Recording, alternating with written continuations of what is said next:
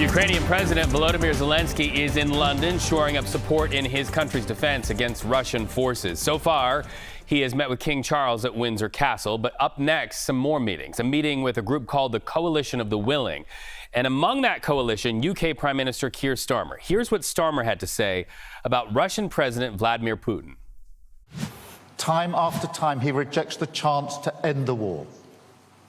In just the last few days, he's rejected the opportunity for talks once again, instead making ludicrous demands for Ukrainian land, which he could not and has not taken by force.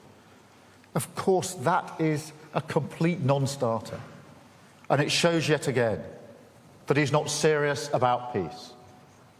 So we've been clear today that we must respond. Working with the US, this coalition is determined to go further than ever to ratchet up the pressure on Putin. So let's have a conversation about this with retired Colonel Mark Cancian from the Center for Strategic and International Studies in Washington, D.C. Mark, always great to have you here on CBS News 24/7. Thanks for the conversation.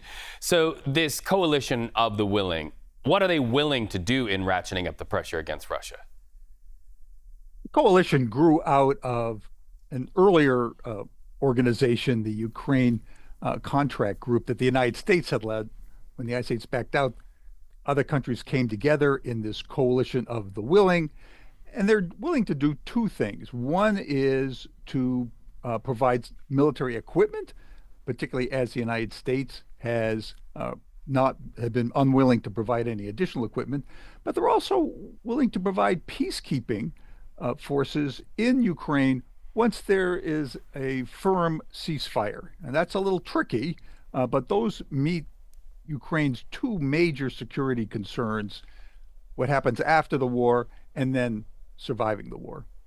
Did you find it striking, as did I, when you heard Keir Starmer include the words "with the United States"? Because we know in recent days, President Trump called off his planned meetings with President Putin. He said famously, "I just don't want to waste a meeting." How important is it that the U.S. is involved in this coalition of the willing going forward? Well, it is very important because the United States can provide some help.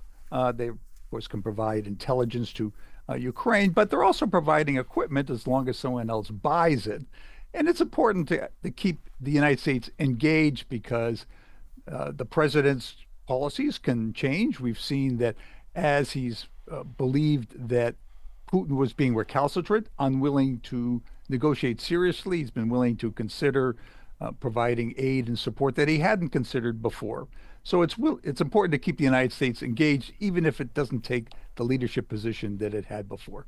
Well, we know Ukraine is not a formal member of NATO, but look, when you see him shoulder to shoulder with these NATO member nations leaders there, you've got to wonder if this coalition of the willing isn't just a nicer way of including Mr. Zelenskyy in that.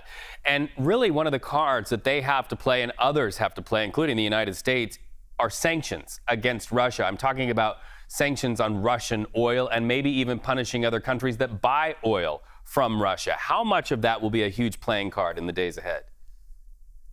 The United States has two major tools to influence Putin. One is the sanctions. As you note, this idea of secondary sanctions has been quite popular in Congress, and the United States just instituted another wave of sanctions, not the secondary sanctions.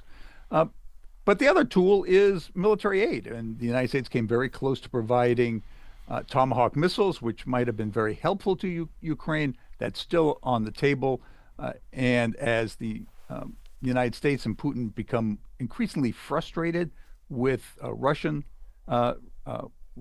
attitudes, then I think you'll see more willingness to use these tools. Coalition of the willing and more willingness. Okay. Thank you so much. Mark Cancian, we appreciate you so much. It's striking to me that you've probably read every one of those papers there behind you. We're glad for your knowledge. Have a good day, friend.